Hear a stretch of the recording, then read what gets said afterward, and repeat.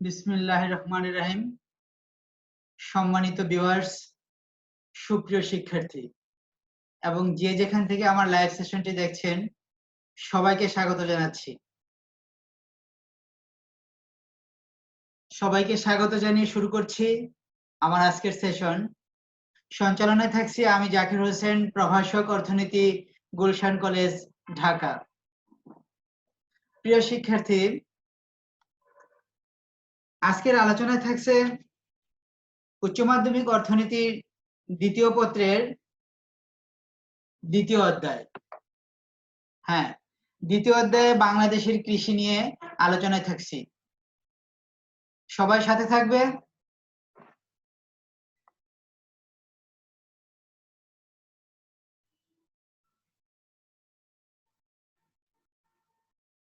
আমাদের প্রতিদিনের আলোচনার সবগুলো ক্লাস ইউটিউব চ্যানেলে আপলোড করা হয়, তোমরা দেখে থাকবে। ছবিগুলো দেখো, ছবিগুলোতে কি দেখা যাচ্ছে আমরা ছবিগুলো একটু লক্ষ্য করব। একটি ছবিতে পশু দিয়ে চাষ করা হচ্ছে, আরেকটি ছবিতে ট্রাক্টর দিয়ে চাষ করা হচ্ছে, অর্থাৎ জমি চাষ করা হচ্ছে। জমি চাষটা কিসের সাথে সম্পর্কিত? যদিও টপিকটির নাম আমি আগেই বলে দিয়েছি, তো আমার টপিকটিকে অনুমান করার জন্য আমি এই ছবিগুলো নিয়ে আসছি স্লাইডে। পাওয়ার পয়েন্ট প্রেজেন্টেশনের মাধ্যমে তোমাদেরকে আমি বাংলাদেশের কৃষির কিছু অংশ আলোচনা করব। তোমাদের দ্বিতীয় অধ্যায় থেকে বাংলাদেশের কৃষি থেকে প্রায় কোশ্চেন হয়, একাধিক কোশ্চেন অনেক সময় হয়। তো আমাদের আজকের আলোচনার বিষয় হচ্ছে বাংলাদেশের কৃষি। তোমাদের জন্য শিক্ষণফল থাকছে কৃষির ধারণা ব্যাখ্যা করতে পারবে, কৃষির উপখাত সমূহ ব্যাখ্যা করতে পারবে, জিডিপিতে কৃষির উপখাত সমূহের অবদান বর্ণনা করতে পারবে, অর্থনীতিতে কৃষির গুরুত্ব বিশ্লেষণ করতে পারবে। চারটি শিক্ষণফলের আলোকে আমার পাওয়ার পয়েন্ট প্রেজেন্টেশনটি এগিয়ে যাবে।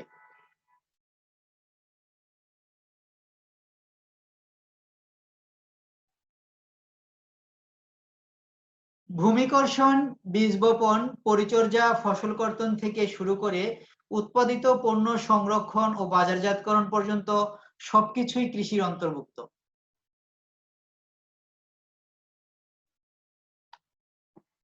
তাহলে কৃষির ধারণায় আমরা কি পেলাম? ভূমিকর্ষণ, বীজ বপন, পরিচর্যা, ফসল কর্তন থেকে শুরু করে উৎপাদিত পণ্য সংরক্ষণ ও বাজারজাতকরণ পর্যন্ত সবকিছুই কৃষির অন্তর্ভুক্ত।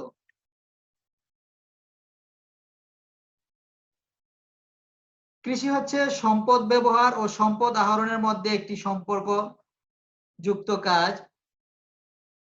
তাই কৃষি শব্দটি উৎপাদন, বাছাইকরণ, বাজারজাতকরণ, শস্য বন্টন ও গুদামজাতকরণের সাথে সম্পর্কিত।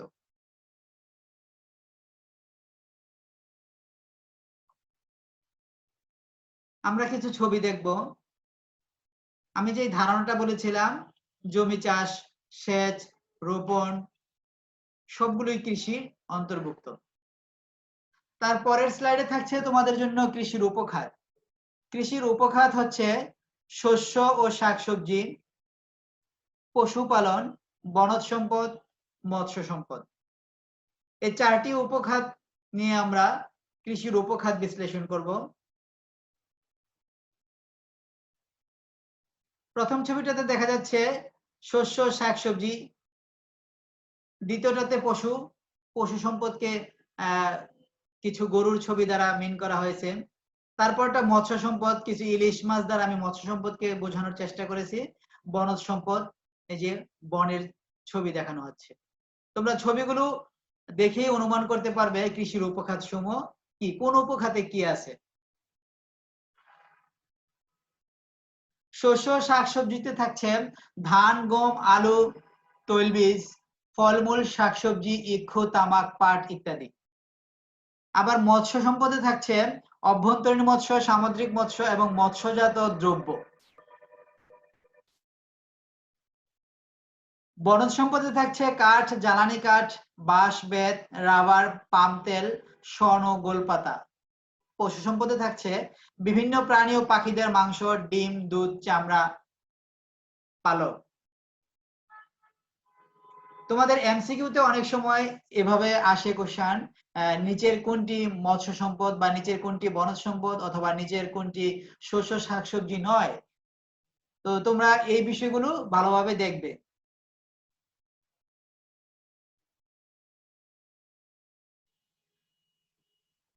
কৃষির এই উপখাত সমূহ আমাদের জিডিপিতে অবদান রেখে থাকেন। আমি এখানে জিডিপিতে খাতওয়ারি অবদান কোটি টাকা 2017-18 সালের একটা নিয়ে আসছি, ডাটা নিয়ে আসছি।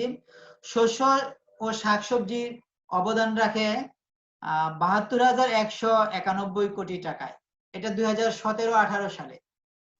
আবার প্রাণী সম্পদ অবদান রাখে 15,065 কোটি টাকা। বনজ সম্পদ অবদান রাখে আমাদের 17-18 সালে 15,945 কোটি টাকা। মৎস্য সম্পদ অবদান রাখে 34,949 কোটি টাকা। 2017-18 সালের মতো আমাদের আরো অনেক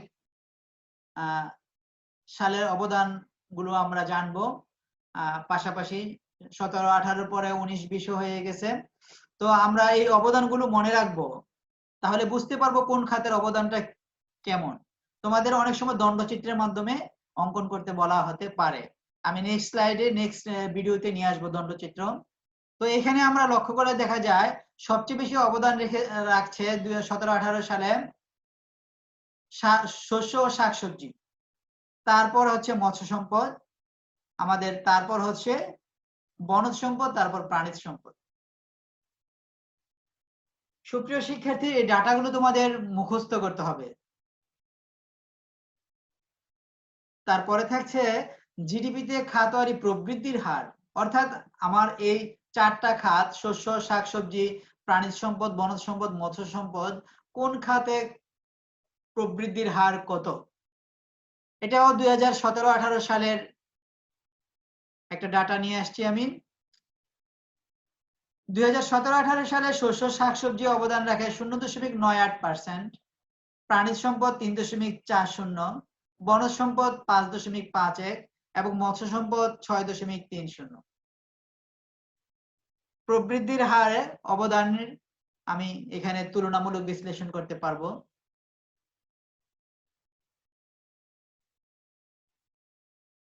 এর পরের স্লাইডে থাকছে তোমাদের জন্য বাংলাদেশের অর্থনীতিতে কৃষির গুরুত্ব। বাংলাদেশের অর্থনীতিতে কৃষি কি গুরুত্ব বহন করে।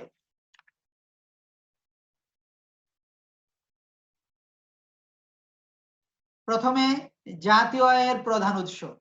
আমাদের জাতীয় আয়ের প্রধান উৎস হচ্ছে কৃষি।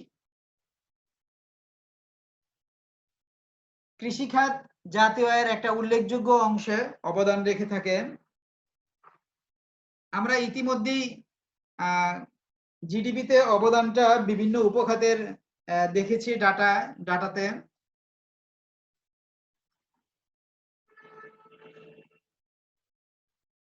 দুই 2016-17 অর্থ বছরে স্থির মূল্যে জিডিপিতে সার্বিক কৃষি খাতের অবদান ছিল 14.73%। তার মানে কৃষিতে অর্থনীতিতে কৃষির একটা উল্লেখযোগ্য অবদান রয়েছে।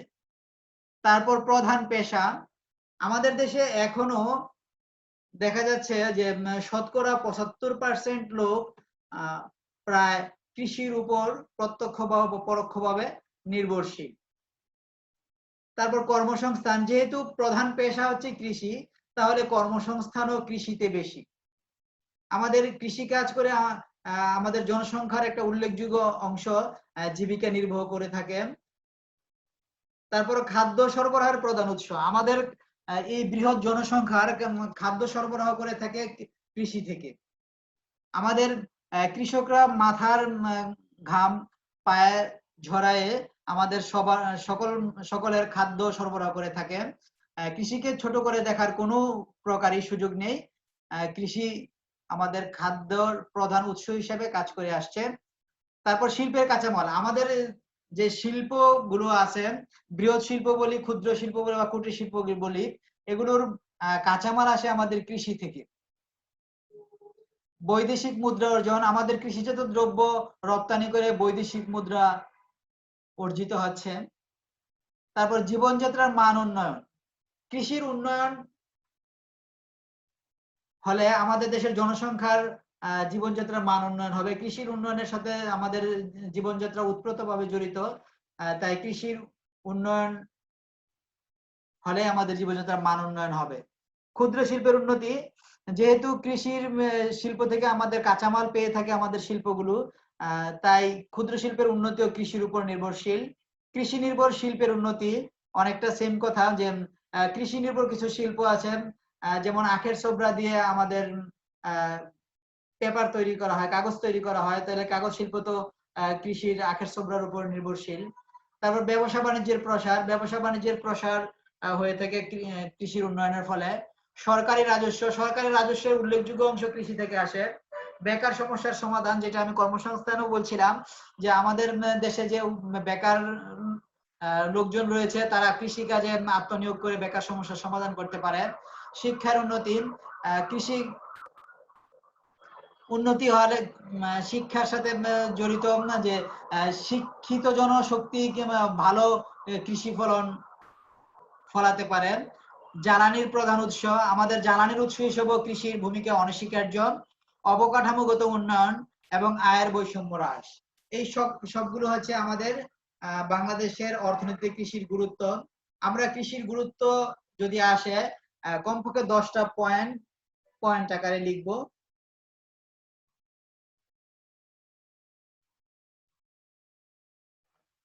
সুপ্রিয় শিক্ষার্থী, তোমাদের জন্য এবার কিছু কাজ নিয়ে আসছি। একক কাজ থাকছে কৃষির উপখাতগুলো কি কি। আমি ইতিমধ্যেই কৃষির উপখাতগুলো স্লাইডে দেখিয়েছি, আবারও বলে দিচ্ছি। কৃষির উপখাতগুলো হচ্ছে শস্য, শাকসবজি, প্রাণীজ সম্পদ, বনজ সম্পদ এবং মৎস্য সম্পদ। দলীয় কাজ থাকছে বাংলাদেশের অর্থনীতিতে মৎস্য খাতের অবদান ব্যাখ্যা করো। অর্থাৎ 4টি উপখাতের একটি উপখাত হচ্ছে মৎস্য খাত। মৎস্য খাত আমাদের অর্থনীতিতে কি অবদান রাখে, এই প্রশ্নের অ্যান্সারটা হুবহু আমার স্লাইডে নেই, তো আমি একটু ক্লু দিয়ে দিচ্ছি তোমাদের, যে মৎস্য খাত আমাদের অর্থনীতিতে আমাদের অর্থনৈতিক উন্নয়নে গুরুত্বপূর্ণ ভূমিকা পালন করে। যেমন আমাদের আমরা চিংড়ি রপ্তানি করি, চিংড়ি রপ্তানি করে আমরা উল্লেখযোগ্য একটা অংশ আয় করে থাকি। জিডিপিতে মৎস্য খাতের অবদান অনস্বীকার্য। তারপর মৎস্য খাত মাঝে অভ্যন্তরীণ মৎস্য, সামুদ্রিক মৎস্য, মৎস্যজাত দ্রব্য, মৎস্য থেকে শুটকি উৎপাদন করা হয়, যেগুলো রপ্তানি হচ্ছে। তো ইলিশ মাছ হচ্ছে আমাদের একটা ঐতিহ্য, যা আমাদের অর্থনীতিতে উল্লেখযোগ্য অবদান রাখে। তো তোমরা এইভাবে সাজিয়ে লিখবে, লিখে তোমরা কমেন্টস বক্সে জানাতে পারো, অথবা আমার ইয়েতে ইকোনমিক স্টাডি জোনে জমা দিতে পারো।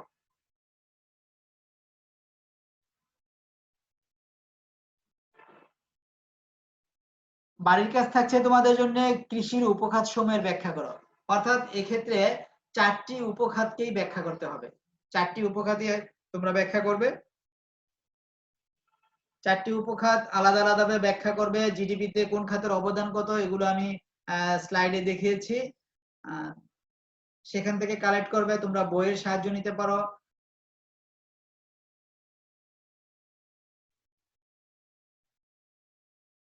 সুপ্রিয় শিক্ষার্থী, তোমাদের সাথে এতক্ষণ আলোচনায় ছিলাম বাংলাদেশের কৃষি নিয়ে। আলোচনা করছিলাম বাংলাদেশের কৃষির উপখাত সমূহ।